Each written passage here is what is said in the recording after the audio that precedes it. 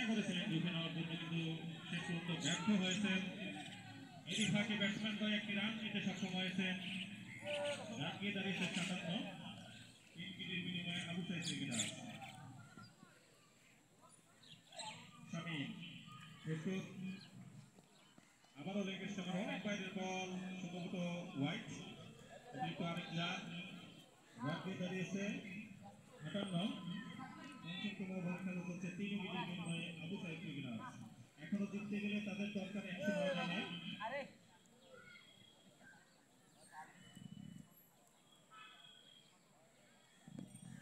শামীম, নতুন মামুন,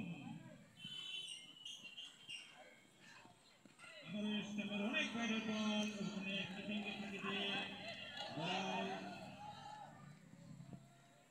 ভালো ফিল্ডিং করেছেন।